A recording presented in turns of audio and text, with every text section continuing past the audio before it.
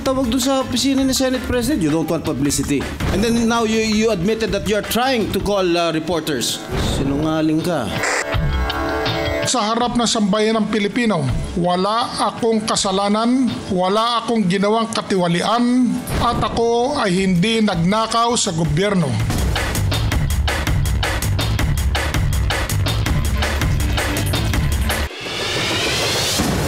Napaka-diverse ng ating mga guests ngayong gabi. Meron tayong militanteng congressman, meron tayong dating congressman turned moral crusader. We also have a member of the clergy.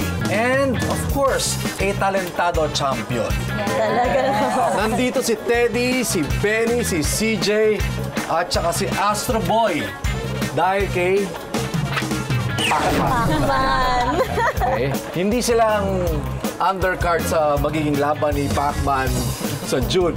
Nandito sila dahil sa sinabi ni Pacman about same-sex marriage. Let's get ready to rumble! Hala! Bago pa lang, kung paagad siya? Ang dami kaya niyang kalaban! Patrick, kasi ang nangyari dyan, may lumabas kasi mula dito sa vlogger nga ni Granville Ampong na sinasabi nga doon sa blog site niya, in-interview niya itong si Congressman Manny Pacquiao at sinabi nga niya kung pabor ba itong ating kongresista sa same-sex marriage tulad nga ni US President Barack Obama. At ang sagot ng kongresista ay, sabi niya, God's word first. Parang na-quote sa kanya na may sinabi siyang other passage sa Bible. Lumalabas kasi doon sa blog mismo na merong yung bandang dulo, may nakalagay doon na Bible verse which is ngayon Leviticus 20:30. If a man has sexual relations with a man as one does with a woman, both of them have done what is detestable. They are to be put to death. Let's get it from more or less the experts. Reverend CJ. Actually, Ano ba? Tinakalain. Well, yung Bible kasi, nung sinulat naman yung Levitical law, unang-una patungkol yun sa mga Levites, mga sacerdote. At saka patungkol yun sa mga Israelita. Pero sinasabi nga niya CJ, di ba, na na-misquote lang naman daw siya doon at hindi naman daw talaga siya yung nagbanggit tungkol doon sa Leviticus 20:30. Hindi siya nagtanong ng verse sa akin eh. Nalaman ko na lang yung mga ito nung lumabas yung balita. At kung hiningan niya naman niya ako ng verse nung tayo ng pag-interview, bibigyan ko sa kanya 1 Corinthians 6 verse 9. Benny, hindi raw applicable yung Levitical law sa ating panahon ngayon. Hindi. Tama yung sinabi niya, no? Levitical law is only for the Jews. Umalis tayo sa Levitical law. Okay. Pero tayo rin sa New Testament. Romans chapter, makikitang-kita ron na kinondem ng Diyos ang pagsisex ng dalawang parehong gender. Mukhang you can't wait to make a comment. I think that sa Romans, first of all, that was an epistle from Paul to a specific church, the Church of Rome. So he was dealing with the specific culture of Rome at that time, and a new church, a church that had to separate itself from the city in which it was being fostered. Ano daw? Basta makinig ka na lang! Tanungin natin si Teddy kung may nabasa rin siyang linya mula sa Biblia. Kung ano bang religion mo, no? Of course, you're entitled to your own beliefs, whether religious or political beliefs. But as a lawmaker, and this is how I approach it, ang importante sa akin, whatever your political beliefs, dapat may tolerance tayo. And syempre, sa ilalim ng ating batas, we treat everyone na may equal rights. Nasabi rin niya na hindi naman daw siya against talaga doon sa mga kapatid natin na LGBT. Ang sinasabi lang naman niya ay hindi nga niya pinapaboran mismo yung sex marriage. Pero hindi ko ibig sabihin na kinukondem yung mga bakla. In fact, I have relatives bakla. Tinanong niya ako pinaliwanag niya si Obama daw pabor sa same-sex marriage. And tinanong niya ako kung anong opinion ko, anong pabor ba ako, hindi. Sabi ko, hindi ako pabor sa same-sex marriage. At sumasaw nga dyan sa issue ang mortal na kalaban ni Manny Pacquiao, si Floyd Mayweather Jr. Nag-tweet siya na pabor daw siya sa same-sex marriage, unlike Manny Pacquiao. Bilang clergy, nagkakasal ka. MCC nagkakasal since 1969 pa sa Estados Unidos at tapos dinala dito ni Father Richard noong 1992. I have 116 weddings. Kakasal ka kahit walang same-sex marriage law dito sa Pilipinas. Actually, so what happens? Anong saysay nun? Actually, lahat naman ng religion meron silang form of ritual. Yun, bilang isang ritual sa amin, yun ang ginagawa talaga namin at yun ang mini-minister namin. Kayo ba kasal kayo? Yes, since 2009. At hanggang ngayon Yes, I'm happily married. 6 years na kami. Tagal na pala nila. Tayo ba? Ilang taon na? Ha? Anong tayo? Okay, Teddy, are you willing to go the extra mile? Same-sex marriage? Would you support a bill? At this point, it's something that we can discuss. And yeah, something that needs... Mapapag-usapan? Kailangan ng mahaba-habang dialogo ito. Sa buong mundo, there are only 11 countries that have actually recognized same-sex unions. Benny, you are very conservative sa issue na ito. Same-sex marriage, it can be liable under the law. Nakalagay sa family code yan that marriage is only between a man and a woman. Pero wala sa constitution. Dali lang, ha? Dali lang. In the family code. Therefore, in the family code, you can be penalized. That's against the law. Walang male, female yun. Spouse ang nakalagay sa Constitution. Ginagamit namin lahat ng means for the awareness, then social awareness and visibility para din ilabas namin yung mga issues ng especially anti-discrimination bill. Ang tagal na yan. Yung Flores de Mayo, ginagamit namin yan bilang isang social awareness and visibility para sa society na ma-acceptance, no? Hindi salot ang pagiging bayot. Sa experience ko, my sexuality never played a role in it. Kaso, gay people are still discriminated every day, not only through hate crimes. We do not need the anti-discrimination bill on gays. Why not? On gays. You know why? Because look, you're a person, I don't look at you as gay. Right. I would think that it is your own personality when you look at that. Okay? Ngayon, if you want the gay rights, well, we should also have the straight rights. Because one day, when the gays become the majority, you're gonna discriminate on us. I don't Years from now, outnumbered na kami. I don't believe in that. Porque ba malaya kami, gano'n, at actually assertive lang kami. Nag-a-assert lang talaga kami ng visibility. Lumayo naman tayo ng konti sa gay, pero itong next na pag-uusapan natin, magulong issue din dahil pinasukan din ng religion, ng Biblia, at kung ano pa, Lady Gaga. Ito na nga yung dahilan kung bakit naging controversial nga yung concert ni Lady Gaga dito sa Pilipinas. Dahil naban si Lady Gaga sa Indonesia at sa South Korea bago siya pumunta dito sa Pilipinas.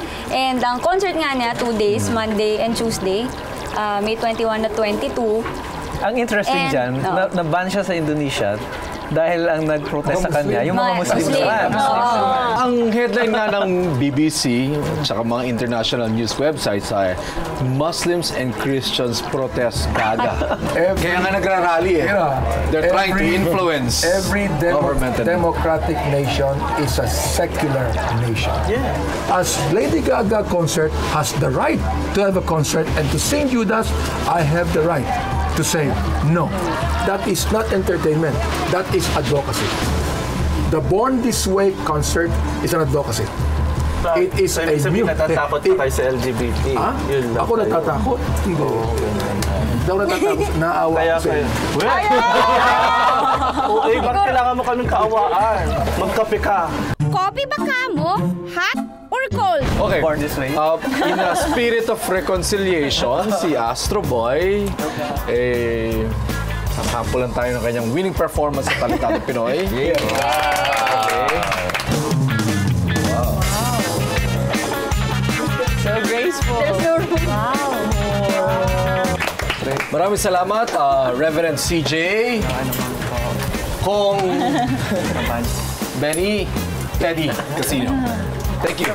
Siyempre, maraming salamat at congratulations ulit, Astro Boy. Yay! Talentado champion. Kung nga nagtawag doon sa opisina ni Senate President, you don't want publicity. And then now you admitted that you're trying to call reporters. Sinungaling ka.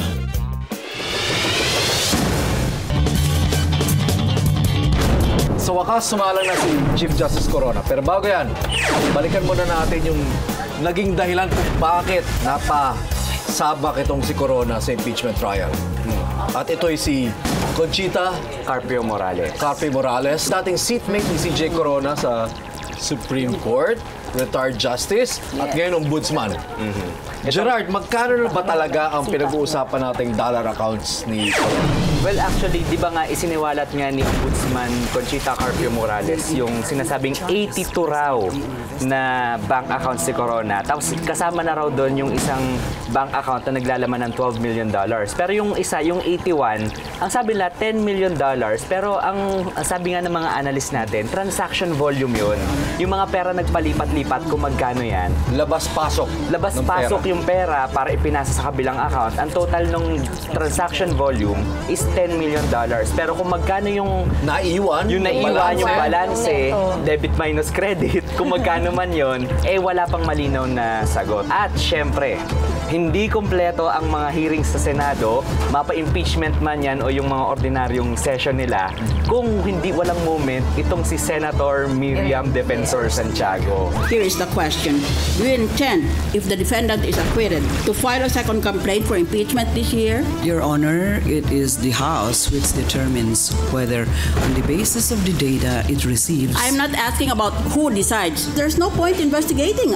An impeachment trial is already ongoing. If the charges presently being investigated by the Office of the Ombudsman are not included in the impeachment charges, then I don't see any reason why there should be no chance to file another impeachment complaint. I'm sorry, I don't get the question very correctly.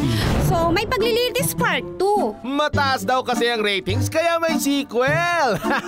Pakiramdam nitong si Senator Miriam Santiago na parang nanlalaban daw itong si Ombudsman Carpio Morales. Parang masyado ka nananagot sa Senator Judge. But suppose that after all your own internal procedures and you have made a decision that the complaint is worthy of further consideration, is it your considered opinion that, as in this case, you can just go direct to AMLA and not follow the procedures in the AMLA law?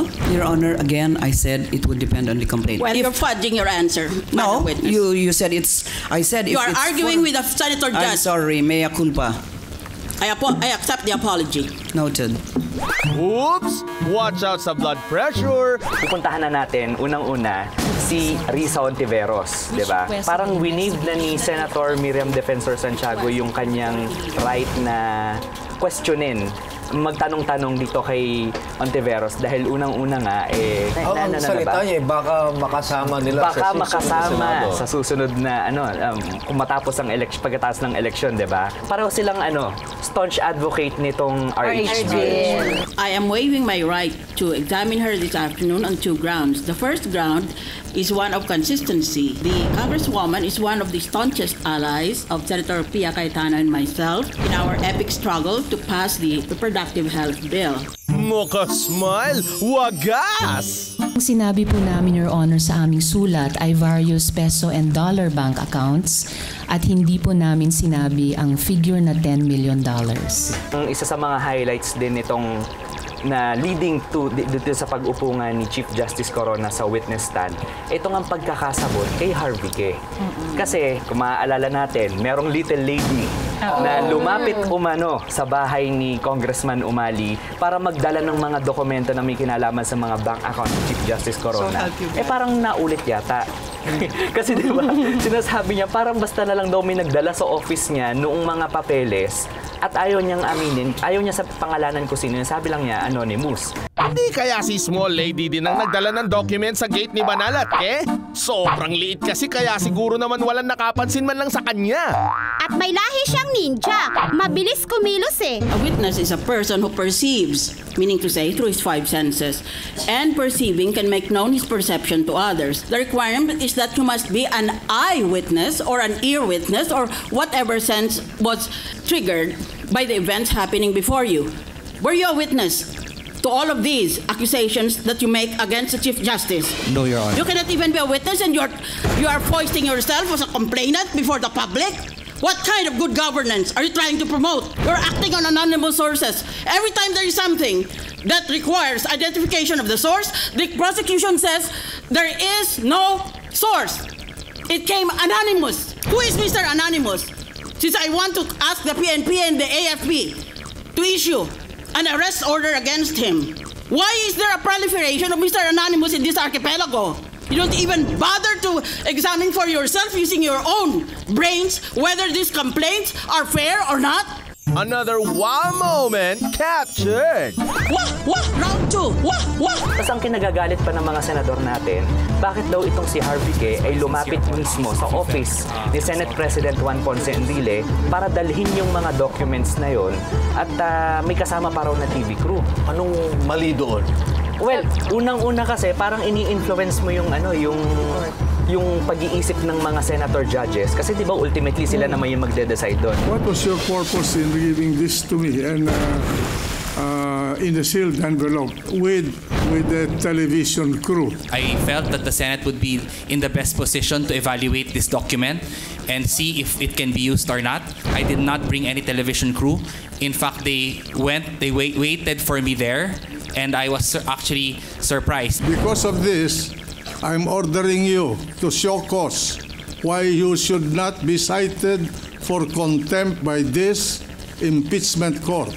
You are trying to influence this court by bringing these documents. I did not open it. I did not read it. I felt insulted and offended. I would like to first express my sincere apologies if you felt insulted. At tinawag pa siya ni Senator Jinggoy Estrada na sinungaling. Meron ka bang tinawagang mga reporter? Wala po akong tinawagang reporter. Meron ka bang, inulit ko siya, meron ka bang tinawagang 1, 2, 3 reporter para ibenta ang mga dokumento na hawak mo, na ibinigay mo sa Pangulo ng Senado? As far as I can remember, wala po akong tinawagang... Everyone, let's count! As far as I can remember, wala po akong tinawagang reporter. Meron lang po akong tinext na isang kaibigan ko po na sinabi ko po na hindi ko po sinabi na na ganon. Sinabi ko lang po na I received these documents anonymously and that's it. Wow! Ang dami! Kung nga nagtawag doon sa opisina ni Senate President, you don't want publicity. And then now you admitted that you're trying to call reporters. And you're trying to sell or you're trying to offer these documents that you presented the Senate President. Those authenticated and verified documents. Sinungaling ka. Sinungaling ka. Sinungaling ka.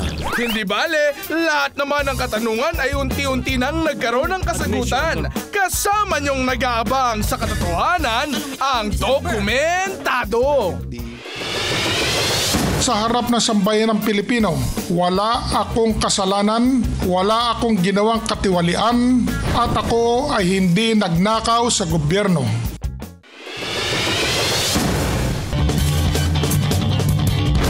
Tatlong malalaking palabas na nangyari ng linggong ito. Si Lady Gaga, si Jessica Sanchez, at si Chief Justice Renato Corona.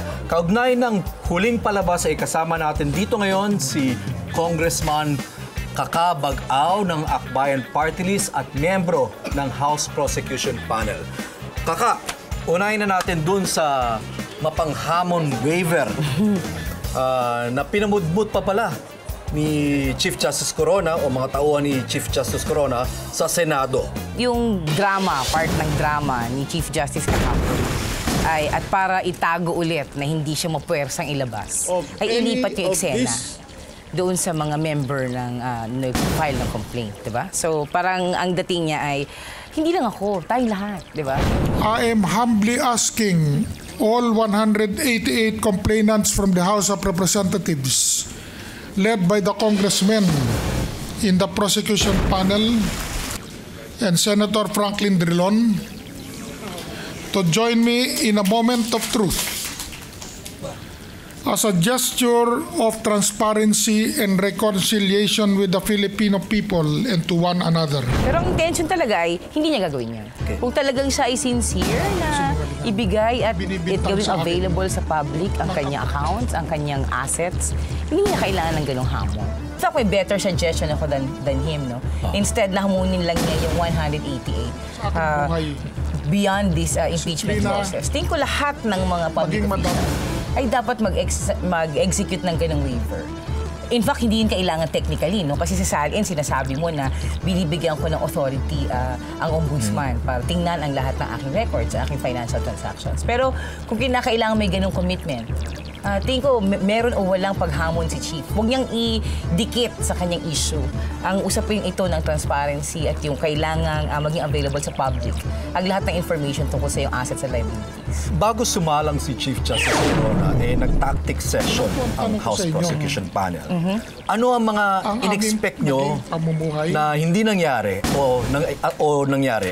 Siyempre alam namin, in fact, kung narinig natin kahapon yung testimonya niya, halos lahat yung sinabi niya na si media. So bahagi yun sila pag-usapan namin, yung mga sasabihin niya.